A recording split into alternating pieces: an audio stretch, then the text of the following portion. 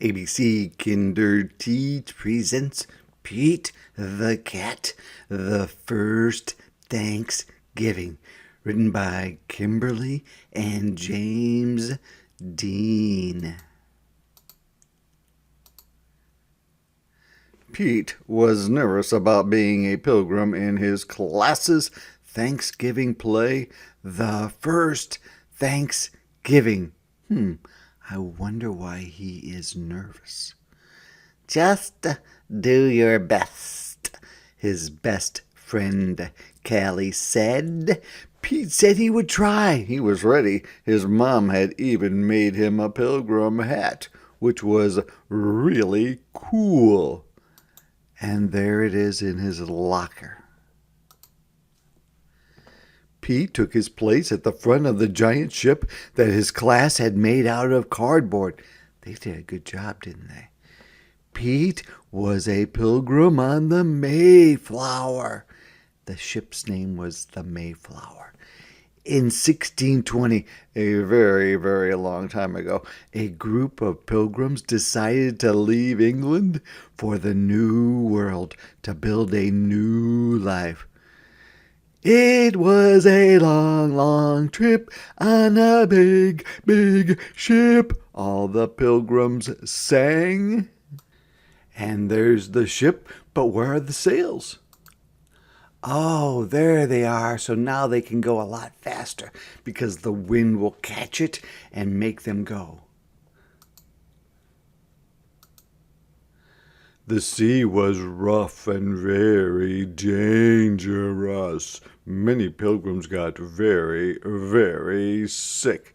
They do look pretty sick. This cat looks like it might throw up. I hope it doesn't. The dream of a new start in a new world made the hard trip all worth it. For more than 2 months, the pilgrims sailed. Set sail on September 6th, 1620. They wondered if they would ever get there. 1 month, 2 months, 3 months. After 65 days on the ship, the new world finally came into view. And there he is looking. Land ho! Pete cried. All the pilgrims did a happy dance. And there he is saying, Land ho! Which means, I see land. The pilgrims arrived in the New World at Plymouth Rock in what is now Massachusetts. Everyone had many chores to do, like growing food, finding water. This is not growing food. This is not finding water. What is this called? And building shelters, or houses as we would call them. The first winter in the New World was long and hard. In the spring, the pilgrims had to decide whether to give up and go back to England or keep trying. I think that they keep trying, don't you? The pilgrims had heard about the Native Americans, and many worried that they would not be friendly. Pete had never met a cat he didn't like, so he thought they would be kind. Here is an Indian with some corn, and here an Indian is holding a pilgrim's hand. Pete was right. He had made a new friend in Squanto. Squanto and the other Native Americans showed the pilgrims how to grow crops like corn, beans, and squash. So they're growing things, and they are grown now. By summer, the pilgrims had learned how to farm the new land.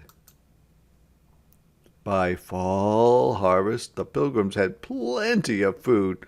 To thank Squanto and the other Native Americans, the pilgrims invited them to share the harvest, or the stuff that they had grown.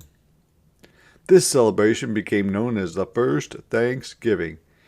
Pete was relieved when the play was over. He had remembered all his lines. That's why he was nervous. "Wow, I never thought about how hard it was back then," said Pete.